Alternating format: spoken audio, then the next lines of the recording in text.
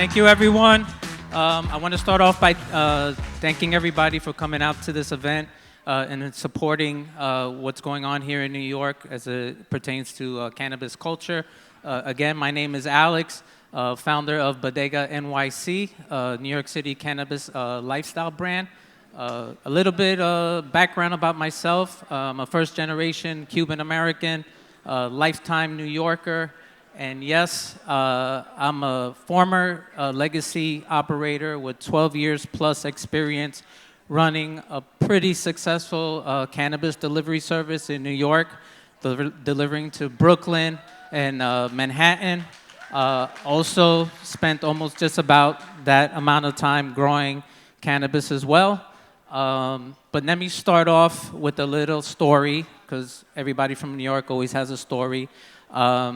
1980-something, Regal Park, Queens, New York, 12-year-old little Alex and his best friend are crossing that bridge over to Left Rack City, Queens, to go get that first bag of weed. It's funny enough, I remember my friend telling me, make sure you get your money ready. When you make eye contact with the guy, walk up the block. He's going to ask you if you want cess or gold. Tell him cess. I know nobody buys cess, but at the time, we're 12 years old, that's all we could afford. So I see the guy, make the eye contact, boom, give him the $10. And the one thing I remember my boy Kev telling me is like, whatever you do, don't look back. And I'm like, don't look back? Like, what's gonna happen? And then he's like, just don't look back. And I'm like, damn, if I look back, am I gonna get shot? Am I gonna turn into salt or something? Like, what's gonna happen? Nonetheless, I got the weed, turned around, got back over the bridge, went to Dunkin' Donuts. Mind you, this whole time, I wasn't even planning on smoking the weed. I was just there for the journey. My parents used to smoke weed in front of me. All of their friends used to smoke weed in front of me. They always reminded me, this is not for you. When you get old enough, you got your shit together, then you can start smoking weed. Nonetheless, I succumbed to peer pressure, took that first toke, and it was all she wrote. Believe it or not, I smoked more weed in junior high school than I did in high school. I actually was a two-letters sports athlete, so I stopped smoking weed in high school. When I went to college, I smoked a whole lot more. I made up for all the lost time in high school, that's for sure. So let me fast forward a little bit to 2003. Working on Wall Street, Merrill Lynch. It's the aftermath of the internet tech bubble crash. Wall Street was a very depressing place to be. My career, for the most part, stagnated. So I'm trying to think, well, what should I do with myself? Let me go back to school, study for my GMATs. Maybe I could go get my MBA. I could come back bigger, better, and stronger in Wall Street.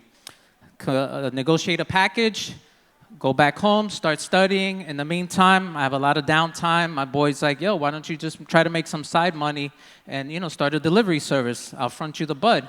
I'm like, all right, that's easy enough. I can't keep still. I always got to hustle.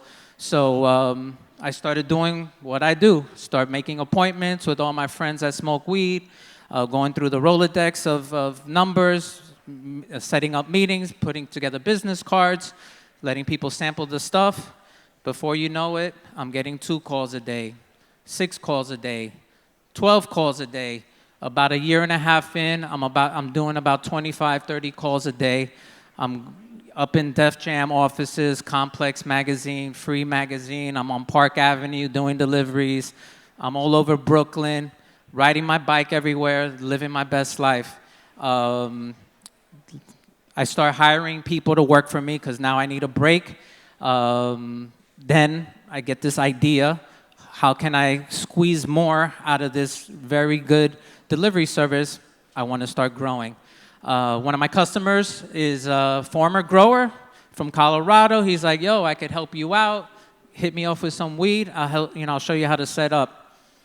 I get an apartment right here on Prospect Place between Classen and Franklin. 2-bedroom apartment, two duplex apartment at the time. $1,400 for that apartment, 3 bedrooms. I'm on my 3rd harvest. I got it dialed in. I'm growing some really nice Northern Lights. number 5, and some AK-47. Very good strains to grow, very easy to grow. All of a sudden, I'm taking down my plants. I get a quick phone call. I have to run out. I leave everything. I come back the next day, and I didn't know that somebody actually had called the cops.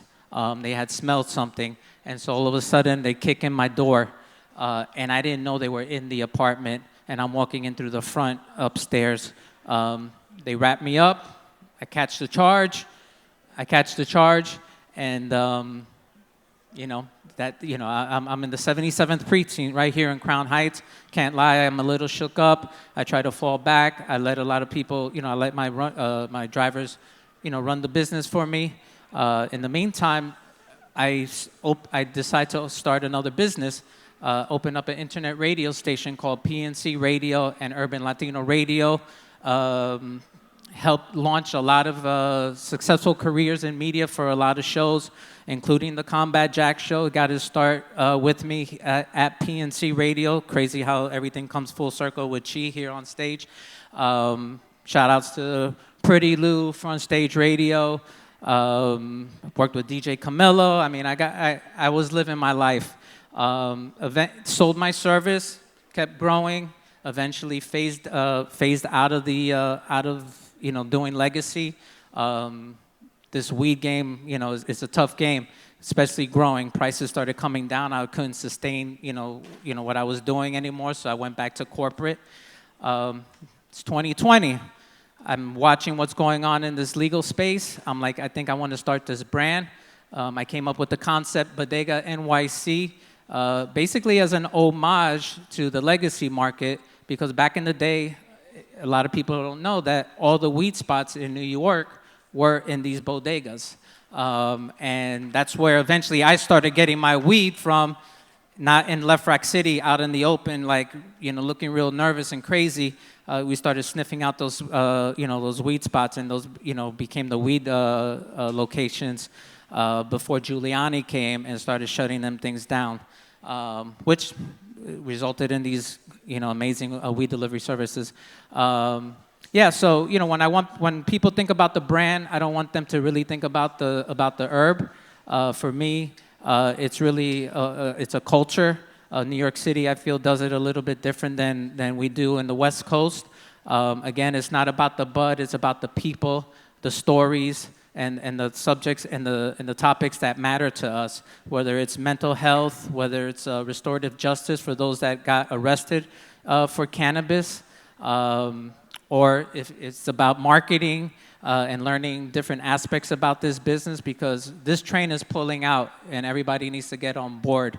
It's not too late. I tell everybody, you might feel like it's too late. It's not too late to get started. If you're thinking about it, just get on it.